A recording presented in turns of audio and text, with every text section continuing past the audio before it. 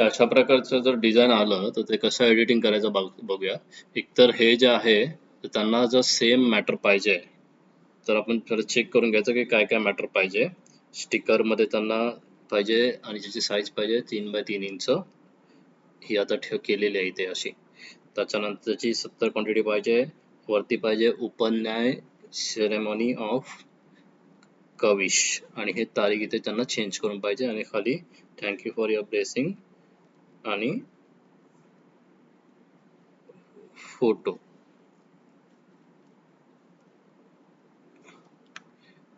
Thank you for your blessing आणि इथं same photo पाहिजे, फक्त त्यांना इथे नाव चेंज करून पाहिजे. आता अशा वेळेला काय करायचं की जास्त वेळ न घालवता याला फक्त एक चौकोन द्यायचं. असं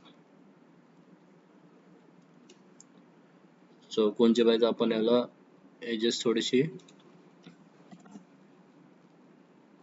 कमी ठेवूया.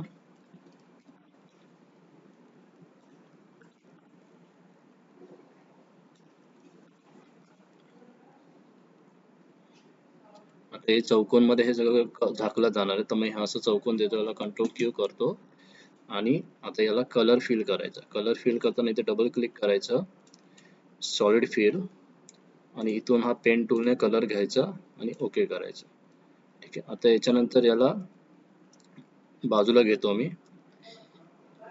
आता पहिलं मला टाईप काय करायचं ते करून घेणार मी.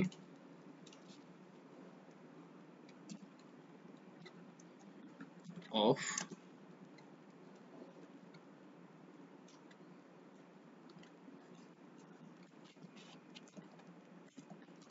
कविश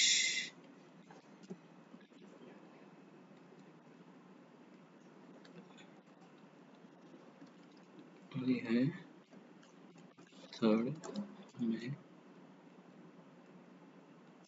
2026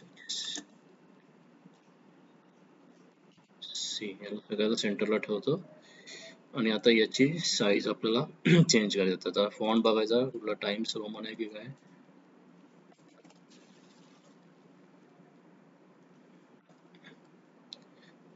टाइम्स रोमन जॉर्जिया बघूया.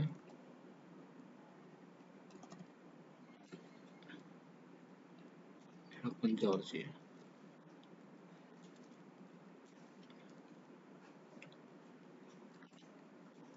तर याला कलर पाहिजे तर कलर हा पुन्हा याचा डबल क्लिक करायचा आणि पेन टूलने हा कलर डार्क वाला उचलून देऊन टाकायचा. आता जेव्हा पेन टूलने कलर घेतो तेव्हा इथे त्याची एक कॉपी बनते, तर ती कॉपी वापरू शकतो आपण.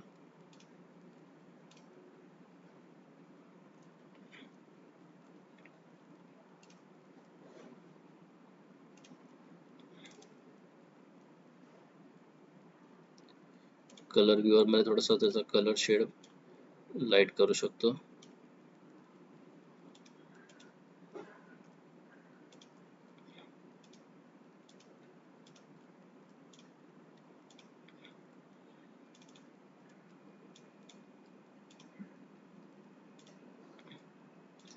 याची जी साईज आहे आपल्याला याच्या लांबी एवढी पाहिजे, तर याला सिलेक्ट करायचा, लॉक लावायचा, कंट्रोल व्ही कॉपी करून सी.